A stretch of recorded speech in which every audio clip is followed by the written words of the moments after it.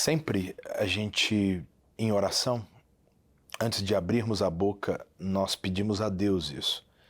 Que não seja nossa vontade, que não seja o nosso querer, que não seja a nossa sabedoria humana.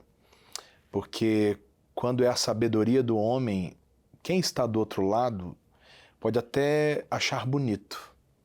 Nossa, mas como ela fala bem, como ele fala bem, eu gostei daquilo.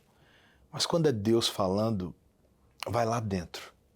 Vai lá dentro. É uma palavra simples, às vezes não é uma palavra tão enriquecida com conhecimentos teológicos, mas é uma palavra direta, é uma palavra de salvação como Jesus entregava. Então, fico feliz em saber que Ele tem me usado como instrumento e como nós conversávamos antes da gravação, é assim que flui, é desse jeito, é dessa forma, é o próprio Deus conduzindo. Sim, e Ele conduz também a minha forma de convidar as pessoas, de saber quem trazer até aqui. Eu tenho muito zelo, muito cuidado em realmente ter primeiramente esse direcionamento do Espírito.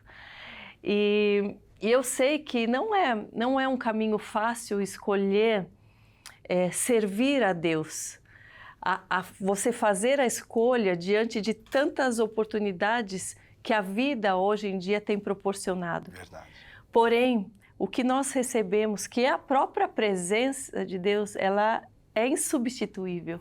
E é por isso que a gente segue, que a gente continua. E é por isso que eu quero saber mais da tua história, porque você já está há mais tempo, você é um exemplo de um homem que abdicou dos próprios sonhos para viver os sonhos de Deus.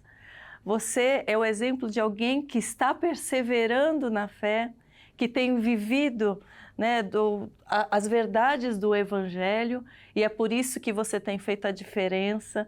Então, é desse tipo de conteúdo e de ensinamento que eu quero ter para a minha vida, porque eu sei que há muito pela frente ainda, então nós temos que aprender com aqueles que já estão mais tempo na jornada.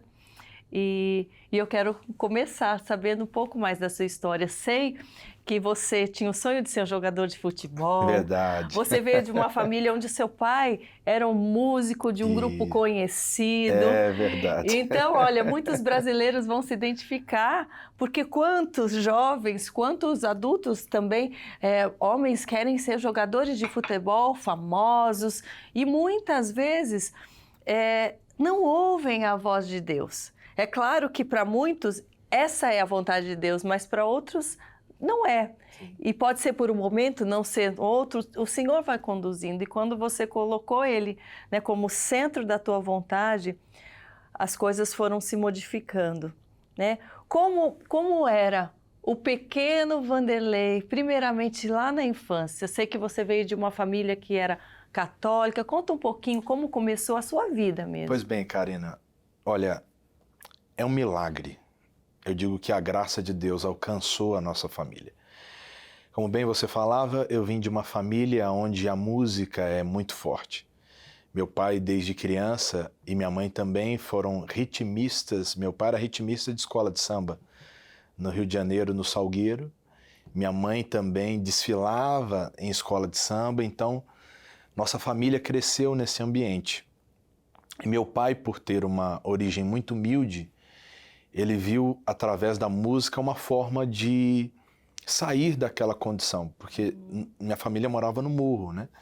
Eu costumo dizer que quando fui uma vez no morro visitar os parentes, e quando eu cheguei e vi aquela realidade, meu pai já morava em São Paulo, já uma outra vida, aquilo me impactou muito. Aí meu pai e minha mãe foram falando, nossa infância era assim, a gente pegava água na cabeça, não tinha banheiro dentro de casa, a gente fazia o banheiro fora. Então ali, observando a forma que Deus foi trabalhando, mesmo sem eles ainda terem confessado Jesus, Deus foi tirando ali daquela realidade. Poucos foram que saíram na época dos meus pais daquela vida, porque alguns não conseguiram sobreviver. Então a gente já vê o milagre de Deus se manifestando ali. E a gente sempre entende que sempre nessas histórias de milagres, alguém que conhecia Jesus e começou a interceder pela família. Aí minha mãe falava assim, filho, nós não éramos convertidos, mas tinha um tio. Esse tio, ele orava pela família. E nós éramos um mix, minha família, né? De católicos com religiões de matrizes africanas. E aí, nesse período onde Deus foi subindo a minha família, tirando meu pai e minha mãe daquela condição, o grupo que meu pai fazia parte é o grupo Os Originais do Samba.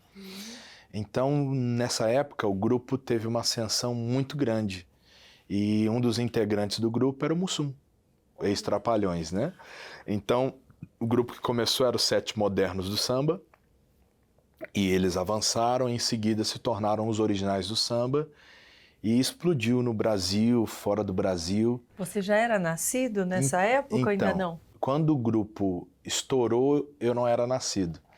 Minhas irmãs, eu tenho uma irmã mais velha, que é a Verônica, e outra irmã do meio, que é a Vânia.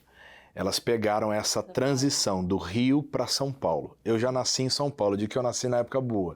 Já estava estabilizado.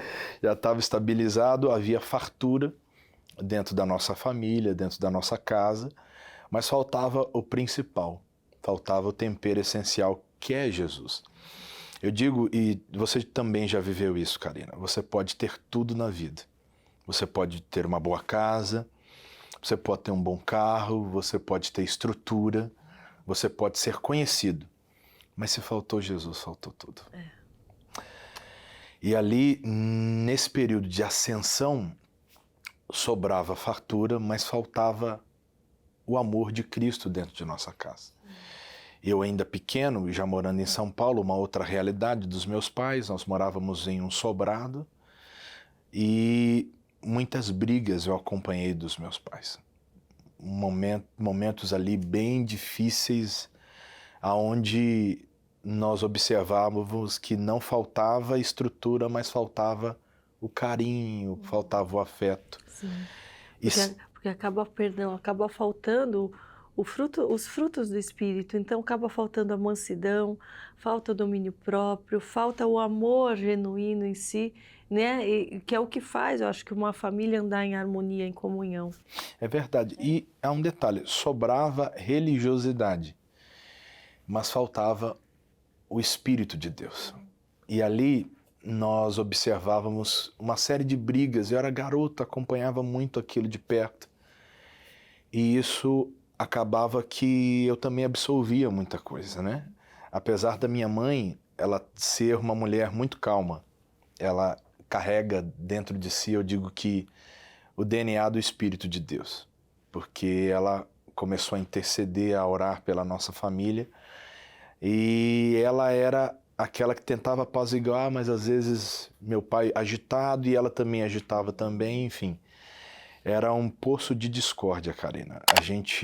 Eu posso dizer que a gente vivia num verdadeiro inferno ali dentro de casa, apesar de termos estrutura. Até que uma amiga da minha mãe começou a falar de Jesus para ela.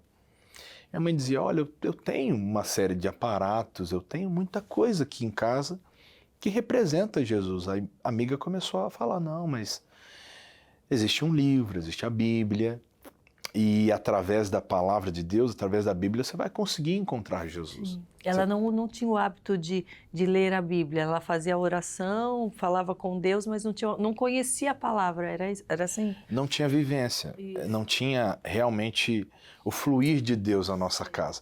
Eu costumo explicar, hoje já com entendimento, que nós tínhamos uma rotina religiosa em casa. Nós pensávamos que aquela rotina ela estava agradando a Deus e Deus, na sua infinita misericórdia, ia preservando a nossa família. Sim. Mas faltava o principal, faltava o Espírito de Deus. Não tinha um fôlego de vida ali, a unção dentro da nossa casa. Até que a Bíblia foi entrando. E conforme a palavra de Deus foi entrando, muita coisa foi mudando dentro da forma da minha mãe reagir a situações que causavam conflito com meu pai. A reação foi diferente. em situações que horas antes provocariam brigas, contendas e discórdia, minha mãe reagia diferente. Ela orava. E isso começou a amolecer também o coração do meu pai. Isso começou a mostrar para o meu pai um outro lado que ele não conhecia. Sim. Porque uma coisa é quando alguém discute com você, briga com você e você reage. Sim. Outra coisa é quando alguém tenta descontrolar você e você continua em paz, que é o que você acabou de citar, o fruto do Espírito. Sim. Então é necessário esse fruto do Espírito e a gente começou a entender isso. Minha mãe começou a frequentar uma igreja próxima à nossa casa, começou a fazer correntes, e aí a gente já começou a ver uma diferença muito grande, Karina. Porque há uma diferença entre o justo e o ímpio, entre aquele que serve a Deus e aquele que não serve. Sim.